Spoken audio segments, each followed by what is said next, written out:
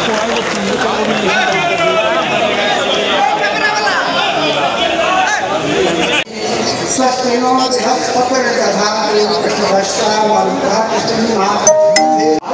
सब लोगों ने दिल चलाया है, ऐसा सम्मानित अध्यक्ष महोदय। नमस्कार, आप देख रहे हैं केबीसी न्यूज़। देखिए, बिहार राज्य की जो स्थिति है वो स्थिति आपसे छुपी नहीं हुई है। ख़ास तौर पे बता दें कि विपक्ष लगातार हमलावर है। कई ऐसे मुद्दे हैं, चाहे वो पलायन का मुद्दा हो, बेरोज़गारी का मुद्दा हो या SIR का मुद्दा हो। लेकिन अब देख रहा है नीतीश सरकार के अंदर ही कुछ न कुछ गड़बड़ियाँ नज़र आ रही है। नीतीश सरकार के एक विधायक हैं जो परबत्ता के विधायक हैं, संजीव कुमार, डॉक्टर संजीव कुमार की जो स्थिति है वो आज दिखने को मिल रही है। अभी मेरी मौजूदगी है पटना के SK मेमोरियल हॉल में और यहाँ जो है महर्षि ब्रह्मर्षि स्वाभिमान सम्मेलन का आयोजन किया गया है, जिसमें परबत्ता के विधायक जो है डॉक्टर संजीव कुमार वो यहाँ पधारे हैं। लेकिन उनकी कहीं न कहीं नाराज़गी तल्ख नज़र आ रही है बिहार सरकार के अंदर से, यानी नीतीश कुमार के। बता दें कि वो जदयू कोटे से जदयू के विधायक हैं, लेकिन उनकी जो तल्ख बयान है ये दर्शाती है कि कहीं न कहीं बड़ी नाराज़गी सरकार से आ रही है और कई ऐसे मांगे कर रहे हैं सरकार से। पहले सुनिए डॉक्टर संजीव कुमार क्या कुछ बताना चाह रहे हैं जनता के सामने और पूरी मीडिया को। छात्रावास हो, स्कॉलरशिप की व्यवस्था, हमारा सवर्ण समाज अभी बहुत आर्थिक स्थिति से मैक्सिमम देखेंगे बुरा स्थिति से गुजर रहा है। उनके लिए सरकार ध्यान केंद्रित करे। सबसे बड़ी बात, भूमिहार नाम में ही भूमि जुड़ा हुआ है और भूमिहार का भूमि छीनने का सरकार का प्रावधान हो गया है और सिर्फ हार हम लोग के तरफ रहेगा। मतलब हम लोग को सरकार हराना चाहती है, भूमि से अलग करके भूमि से हराना चाहती है। ये मंशा क्यों है भूमिहार के साथ? आप देखेंगे गैर मजरूआ खास ज़मीन टोपोलैंड जो मैक्सिमम 80% ज़मीन पूरे बिहार में भूमिहारों का था, उस पर रोक लगा दिया। बकास ज़मीन पे खरीद बिक्री पे 2 साल से रोक लगा दिया। आखिर क्यों? ये चाल समझ में आया है मुझे। लगातार मैं विधानसभा में ये भी कोई नहीं कह सकता है कि चुनाव के समय ये मुद्दा उठाए। मैं 5 साल से ये मुद्दा लगातार अपने समाज का उठा रहा हूँ और उसके बाद इग्नोर किया जा रहा है सरकार के द्वारा। कुछ लोग सुरमा भोपाली सरकार में बैठे हुए हैं। नीतीश कुमार तो अच्छे इंसान है, इसमें कहीं दो मत नहीं है, लेकिन उनके इर्द गिर्द जो भ्रष्टाचारी डकैत हैं, कुछ पदाधिकारी या कुछ वो सब ये सब जान के कर रहे हैं कि हमारी जमीन हड़पने का प्लान कर रहे हैं। कह रहे हैं कि लैंड बैंक बनाएंगे। भाई, इतना ज़्यादा लैंड बैंक बियाडा के पास ऑलरेडी है, उसमें लगेगा तो इतना उद्योग लग जाएगा कि कुछ कहना नहीं है।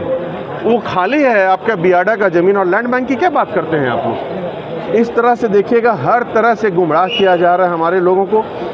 उसके बाद एक और साजिश, हमारे इतिहास के साथ छेड़छाड़ किया गया।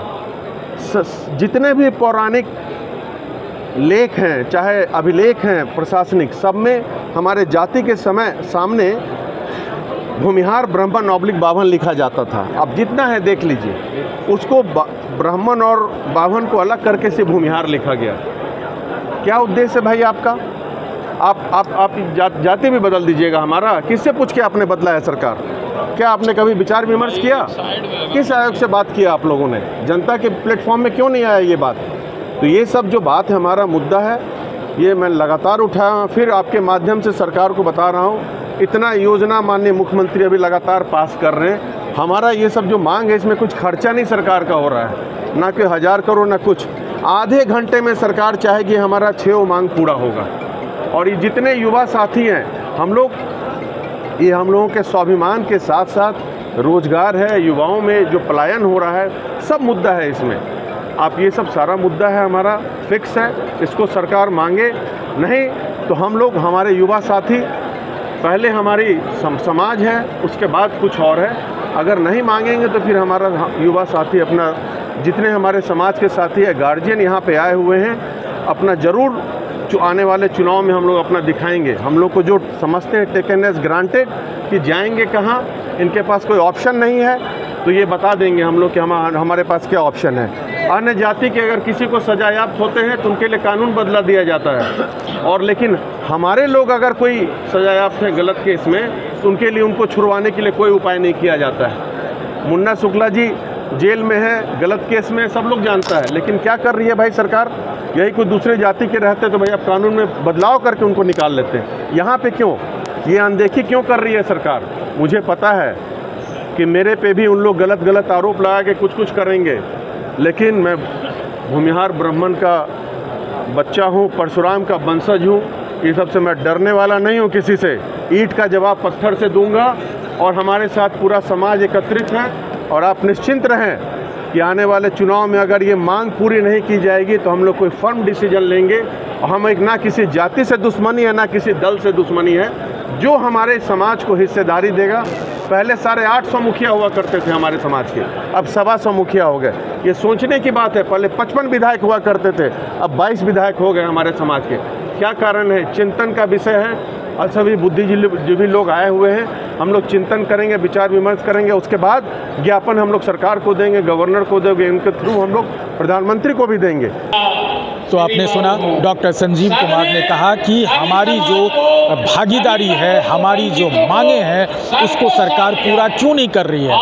2 मिनट लगेगा सरकार को इस मांग को पूरा करने में। इतनी सरकारें इतनी तरह की योजनाएं दे रही हैं, लेकिन हमारी जो जाति है, हमारा जो समाज है, उस समाज को संगठित करने में और कहीं न कहीं उनके अधिकार को समर्पित करने में सरकार नाकाम नज़र आ रही है। और अगर ऐसा ही रहा तो 2025 के चुनाव में हम इनको करारा जवाब देंगे। अब ये देखना होगा कि जदयू के विधायक नीतीश सरकार के विधायक हैं, और ऐसी बयानबाजी का मतलब क्या है? क्या कहीं न कहीं जदयू के अंदर कोई गुटबाजी हो रही है? अब इस पर नई सियासत क्या सामने आती है, ये देखने वाली बात होगी। कमलेश आनंद, केबीसी न्यूज़, पटना।